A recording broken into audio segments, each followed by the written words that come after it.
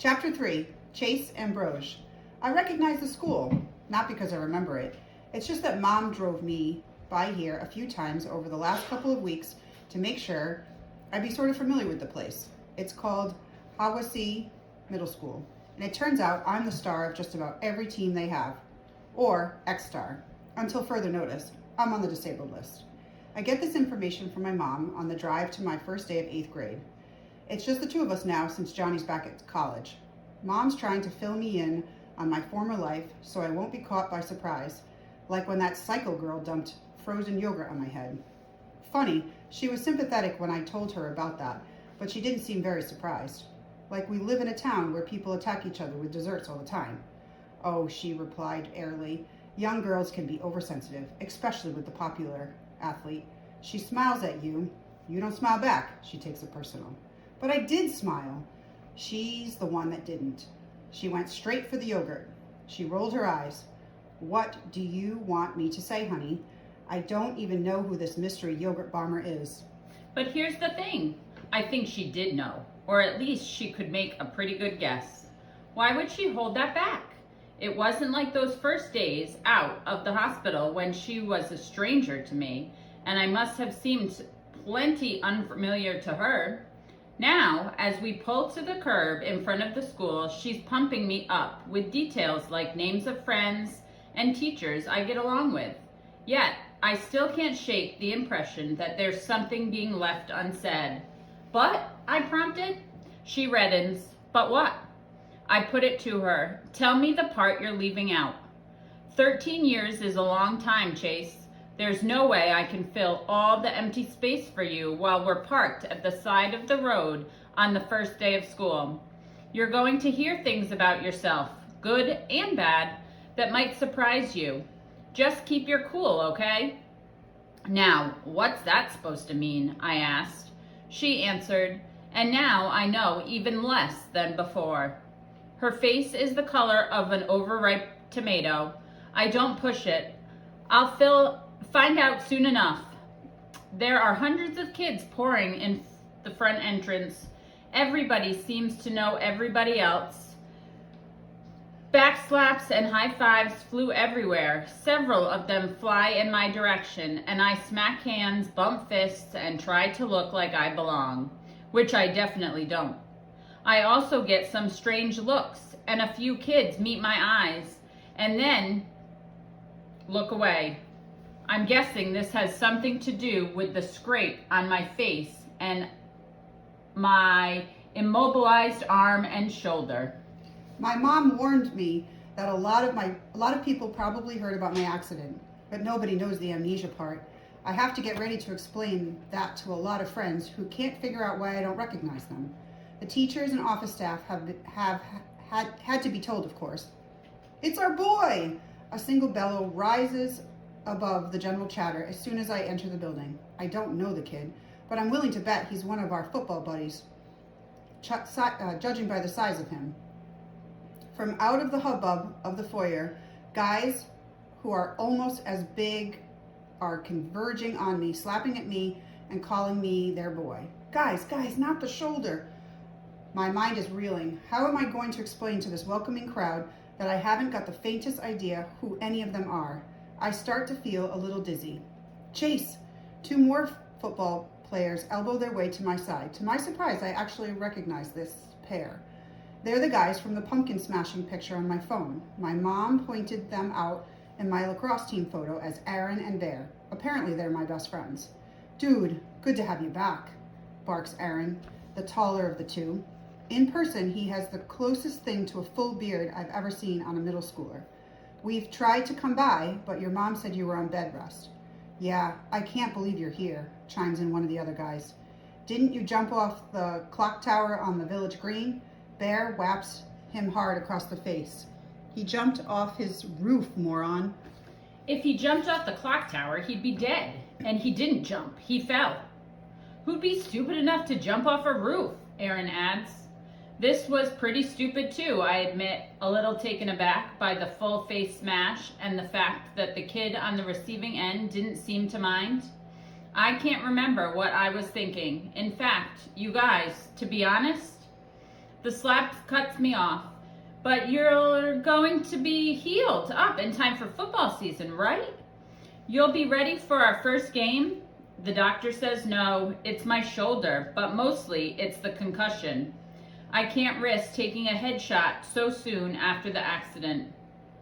A howl of protest greets this announcement. But we need you. You're our leading scorer, the best player, our captain. Cut it out, you guys, Aaron orders. Injuries are part of the game. We all know that. To me, he adds, listen, man, we have to talk to you. He heads out of the foyer to an inner auditorium with hallways leading off it. We have no problem navigating the dense crowd.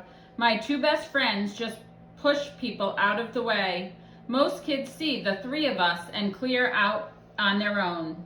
They lead me to the bench along the wall. Are these seats taken? I ask a youngish boy, maybe a sixth grader. Before he can answer, Bear rumbles. They are now. The kid scrambles down the hall, propelled by a hefty shove. I sit down with my fellow pumpkin smashers. Before they can say anything, I burst out with Aaron, Bear. The names are unfamiliar on my tongue, like I've never spoken them before. I've got something to tell you. When I fell off that roof, I got more than a concussion and a sprained shoulder. I got amnesia too. Bear frowns. Amnesia? You mean you forget stuff? I shake my head sadly. Worse, I forgot everything. Like my whole life before I fell. I motion around us. The school, these people, all new to me. I wouldn't even know you guys except your pictures are on my phone. As it is, I don't remember anything about us. I know we're friends because my mother said so. But everything we did together, that's gone. I catch them eyeing each other like they don't believe me. It makes me mad until I consider how I'd react if a longtime friend told me the same thing. Here I am, the kid they've known all their lives. I look the same, talk the same, and I'm telling them that all our history is completely wiped out. I don't blame them for thinking I'm joking. It is a joke, just not a funny one. I speak again.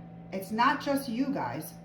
Think how it feels to see some random stranger instead of your own mother, your brother, your dad, and trust me, I'm not loving the thought of dealing with 800 kids in this school who think I'm dissing them because I can't remember who they are.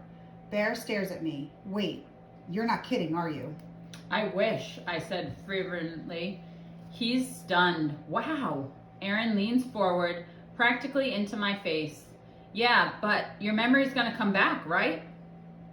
There's an urgency in his voice. He must really hate that I'm missing out on the good old days. Some of it maybe, I reply, but also maybe not. The doctor says it's impossible to know. They look at each other again, and there's no mistaking how freaked out they are. I feel a surge of warmth towards these two, my best friends. I have a giddy vision of my phone screen. The three of us brandishing the baseball bat with the ruined jack-o'-lantern. The good times. Guys, I try to reason with them. I'm still me, even if I don't remember the stuff we did together. We'll do new stuff. Better stuff. Oh yeah, totally, Bear exclaims. And if you can't play football, you'll be good for lacrosse in the spring, right? The doctor said I should be okay by then, although we'll have to see. Here you go, he sounds upbeat. Although I'm pretty sure he's faking it. This can't be an easy thing to process. If I wasn't the one with amnesia, I don't know if I could accept it myself. We're here for you, man, Aaron added, slapping my back and sending a jolt of fire through my separated shoulder. I swallow an angry warning, one step at a time. Welcome back, boys, a deep voice intertones. A tall man in a charcoal gray suit approaches our bench. Chase, I'm Dr. Fitzwallace, your principal. I thought I'd reintroduce myself under the circumstances. We've met before, of course. A strangled, "You can say that again," comes from Bear. The principal silenced him with a single look through steel-rimmed glasses. Chase, come with me. Let's have a little chat. My friends are already slouching off down the hall, so I follow the principal into his office. On the wall are two large framed photos, and I'm surprised when I identify one of them. It's on my wall too, part of a newspaper clipping about our football championship last year. It's me, helmet pushed onto the back of my head, hoisting the trophy. The other is similar, although you can't tell it's a lot older. The pose is almost identical. A young player rising the same trophy. I can't explain it, but the kids look sort of familiar. But that's crazy. How can I recognize him? I don't recognize anybody. Dr. Fitzwallace is watching me. That's your father. Our only other win at state, back when he was your age. Wow, no wonder Dad calls me champ. I should call him champ too. I tell the principal, I didn't know he won at state. I mean, I'm sure I knew that at some point. That's exactly what I'd like to talk to you about. Have a seat, Chase. Dr. Fitzwallace waves me into a chair. I have to confess, this is a first time for me. I've never had a student suffer amnesia before. It must be very upsetting for you, even a little frightening. It's pretty weird, I admit, not remembering anybody. It's like I'm surrounded by all these people, but I'm still alone. The principal sits down behind his desk. I hope we can make this situation a little easier on you. I've alerted all the teachers and support staff, so we're ready for you. If you have any issues, just have whoever's involved get in touch with me. I thank him because that's what he seems to expect me to do. One more thing, he leans back in his chair, and when he speaks again, it's slowly and carefully, as if he's trying to get his words exactly right. This is an awful thing that happened to you, but it's also presenting you with a rare opportunity. You have the chance to rebuild yourself from the ground up, to make a completely fresh start. Don't squander it. I'm sure you're not feeling very lucky, but there are a million of people who'd give anything to stand where you stand right now, in front of a completely blank canvas. I stare back at my principal. What is he talking about? I'm struggling to discover the person I was, and he wants me to change? What was so wrong about the old me that now I have to be somebody else? Hi, I'm Robin Albuquerque. And I'm Dawn Masterson. And we're from the North Kingstown Educational Foundation. And we're so happy to be part of this. Happy reading!